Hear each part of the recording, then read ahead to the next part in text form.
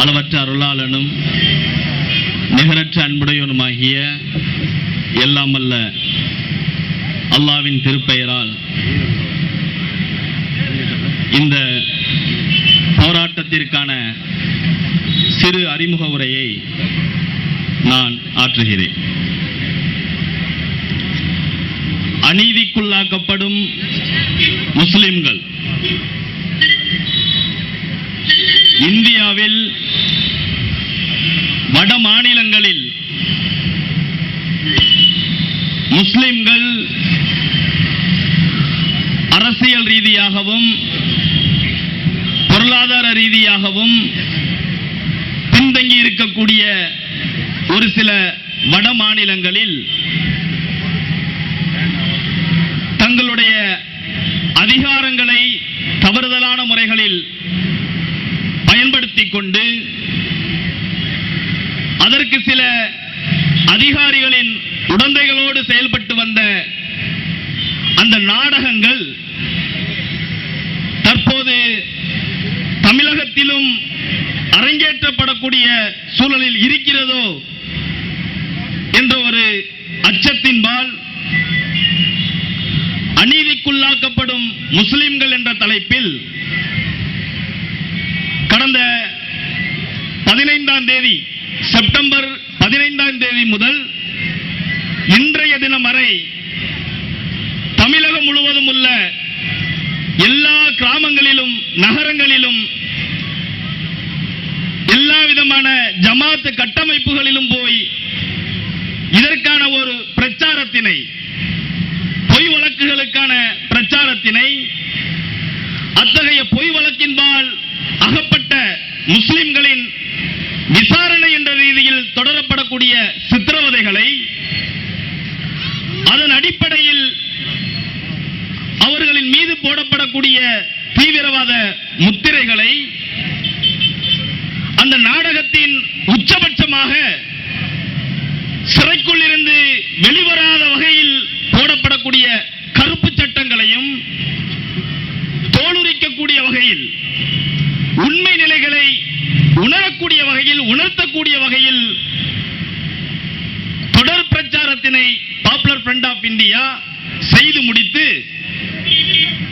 இன்றைய தினம் சிறை நிரப்பும் போராட்டத்தின் அடிப்படையில் எனது சகோதரர்கள், எனது சமுதாய சொந்தங்கள், எங்களைப் போல் இந்த நாட்டில் பின்தங்கி இருக்கக்கூடிய இதர சமுதாயத்தைச் சேர்ந்த நண்பர்கள், சகோதரர்கள், அன்பர்கள், இவர்களைப் போல் உள்ள பல்வேறு விதமான அப்பாவிகளுக்காக இந்த சிறை நிரப்பு போராட்டம் என்பது ஒரு தீர்வாக அமைய வேண்டும் என்ற ஒரு நோக்கில் இந்த சிறை நிரப்பும் போராட்டத்தில் பங்கெடுக்கக்கூடிய வகையில் அணிதிரண்டு இருக்கக்கூடிய நீதியின் போராளிகள் அனைவரையும் வரவேற்றவனாகவும், இந்த பொய் வழக்கு என்பது நித்தம் நித்தம் முஸ்லிம்கள் மீது போடப்படக்கூடிய வழக்குகள் என்பது அழகான முறைகளில் ஜோடிக்கப்பட்டு, அழகான முறைகளில் திட்டங்கள் தீட்டப்பட்டு, அந்த வழக்கிற்காக யாருமே குரல் கொடுக்க முடியாத ஒரு சூழலில் உண்டான நாடகங்களை, கற்பனைகளை, கதைகளை இவர்கள் திட்டமிட்டு அரங்கேற்றி வருகிறார்கள் என்பதற்கு பல உதாரணங்களை இந்த இந்தியாவில், குறிப்பாக தமிழகத்திலும் நாம் சொல்ல முடியும். அதற்கு தற்போது நடந்து வரக்கூடிய சம்பவங்களையும் நாம் உதாரணங்களாக சொல்ல முடியும்.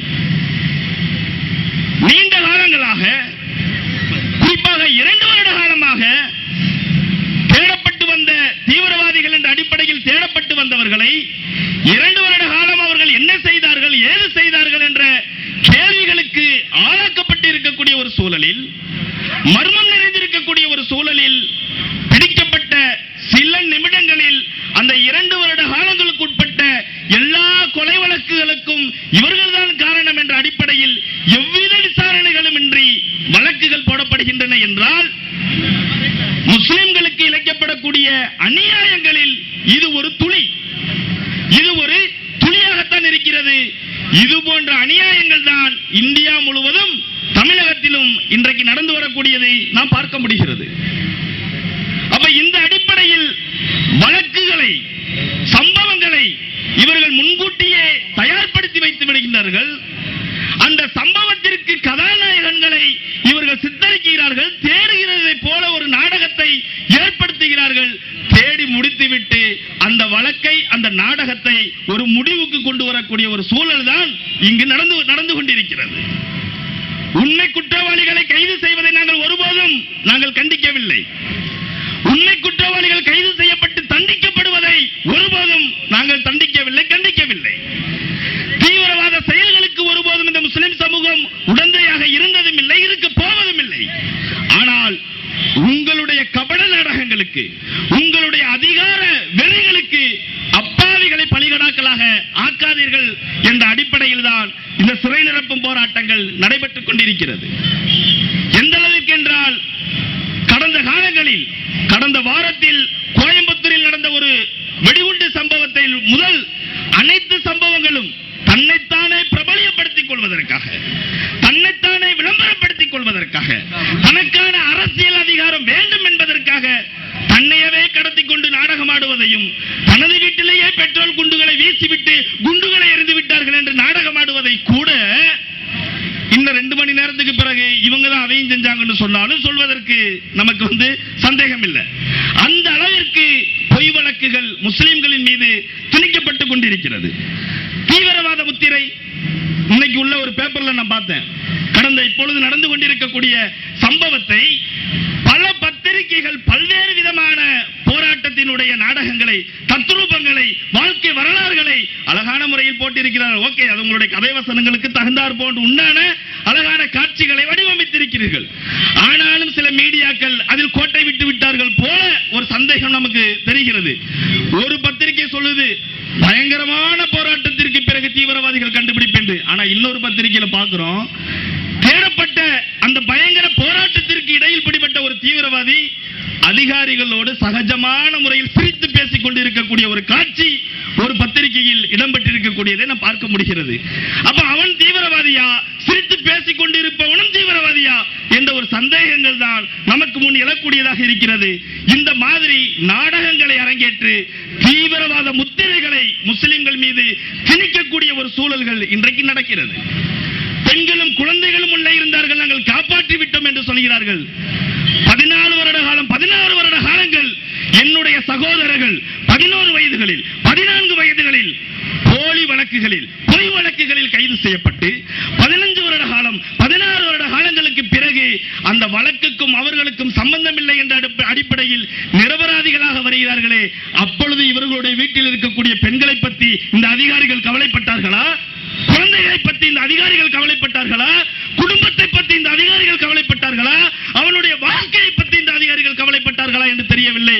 இன்று பெண்கள் வீட்டுக்குள் இருந்தார்களாம், குழந்தைகள் வீட்டுக்குள் இருந்தார்களாம், மனிதாபிமானத்தை வெளியில் காண்பிக்கிறார்களாம், மனிதாபிமானம் மற்றவர்கள்.